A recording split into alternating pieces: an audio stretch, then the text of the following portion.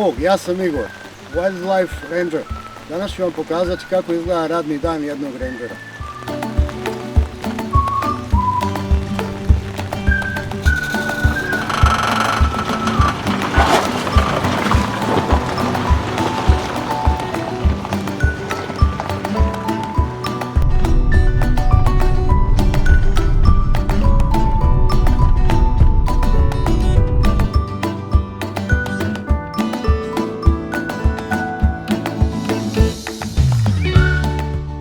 Nalazimo se na jednom pojilištu divljih životinja.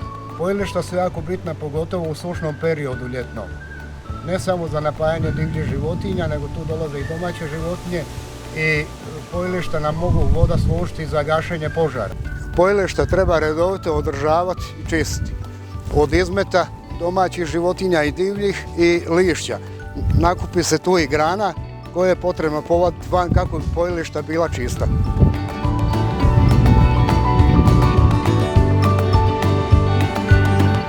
Ovdje je postavljena informativna ploča kako bi ljudi koji dođu ovdje mogli se informirati o važnosti pojilišta na ovom području.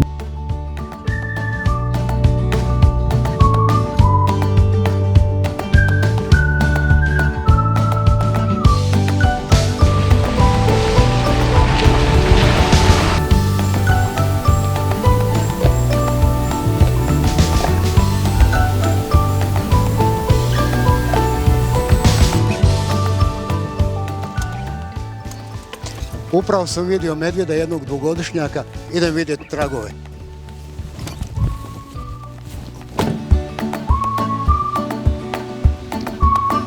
Evo vidi se, ovdje je Medo tražio hranu i evo je tu.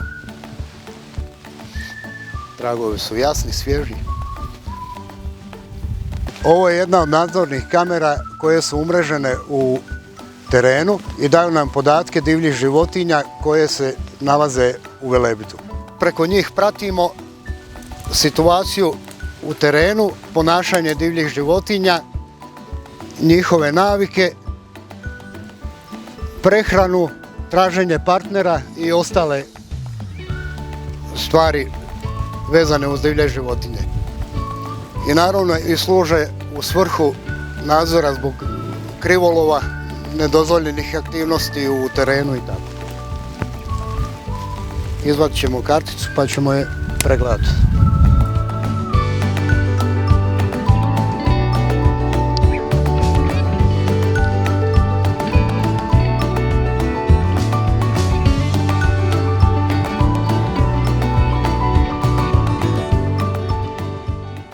Kamera je zelene ili maskirne boje da bi se bolje prilagodila u prirodi. Uz pomoć nadzornih kamera dobivamo podatke i o teško vidljivim životinjama. Najrjeđe snimljena divlja životinja je ris i vuk, koji imaju malo razvijenija osjetila i plašljiviji su na svjetlost koju kamera daje u noć. Ovo je grebalište medvjeda. Evo ima ovdje dlake. Medvjed na taj način označava svoj teritorij i rješava se nametnika sa dlake preko ove smole. Može biti ponekad opasno, pogotovo ako se naiđe na medvjed sa mladima, treba biti oprezan, ne prilaziti blizu.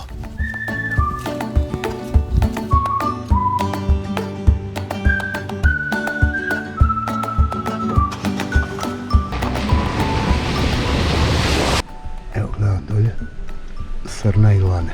Tu baš u tom dijelu gdje stoje srne vidio sam neodavno risa, sjedi na kamenu i vjerojatno je vrebao srnjaka koji se nalazio 50 metara dalje od njega. Svakodnevni dio poslova je i promatranje divljih životinja, njihovih navika, brojnog stanja, zdravstvenog stanja. Otkrivanje tragova, na primjer tragove medvjeda, grebališta medvjeda. Ris isto obilježava svoj teren na način da se češe najčešće od stare barake, ćoškove, tako nešto slično. Na stijenama u ovo vrijeme možemo vidjeti divokoze kad nema jakog vjetra. One se izlažu na stijenama suncu, griju se, utopljavaju. Za zaštitu divljih životinja potrebno je pratiti tragove i prisutnost ljudi u terenu. kako bi se spriječilo krivolov.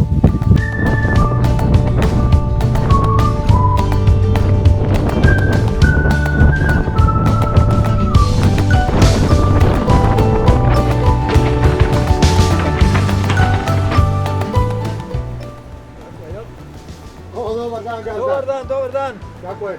Dobro, ide. Evo, ja sam donio repelente, ovo što ste bili rekli neodavno da je dolazio, pa ćemo staviti ove repelente oko pčelinjaka. Medved u potrazi za slatkim obrokom napada pčelinjake i provaljuje u košnice. Moj zadatak je da pomažem stanovništvu da bez problema da se odbiju ti medvjedi i ne prave štete. Na taj način dijelimo repelente kako bi odbili medvjede na bazi neugodnih mirisa.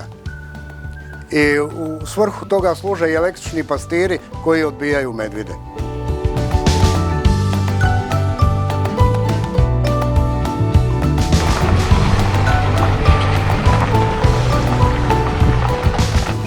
Dragi moji, došao je kraj mog radnog dana. Čuvajte velebiti divlje životinje koje na njemu žive. Bog, vidimo se u šumi. Ćao!